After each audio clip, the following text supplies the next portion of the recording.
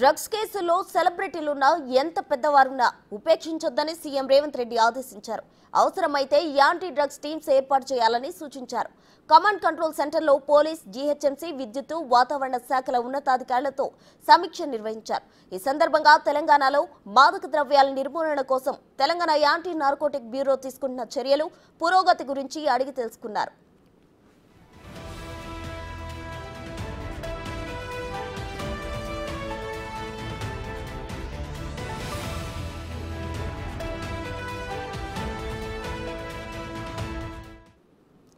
Drugs, గంజాయిపై ఉక్కుపాదం మోపాలన్నారు CM Revanth Reddy. Drugs కేసులో సెలబ్రిటీలు, ప్రముఖులు ఉన్నా ఉపేక్షించొద్దన్నారు.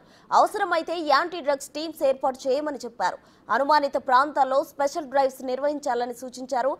సరిహద్దు ప్రాంతాల్లో ప్రత్యేక నిఘా ఉంచాలని ఆదేశించారు.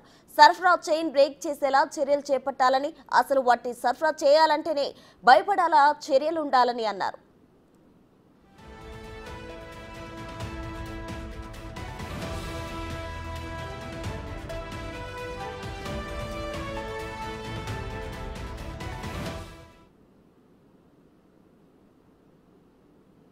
మాదక ద్రవ్యాల నిర్మూలన కోసం పనిచేసే వారిని ప్రోత్సహించాలని, అందుకు కావాల్సిన సహాయ సహకారాలు ప్రభుత్వం సమకూరుస్తుందని వెల్లడించారు.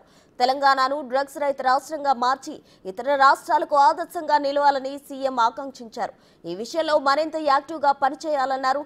గంజాయి, డ్రగ్స్ నిర్మూలనలో పురోగతి గురించి నార్కోటిక్స్ అధికారులను అడిగి సీఎం వివరాలు తెలుసుకున్నారు.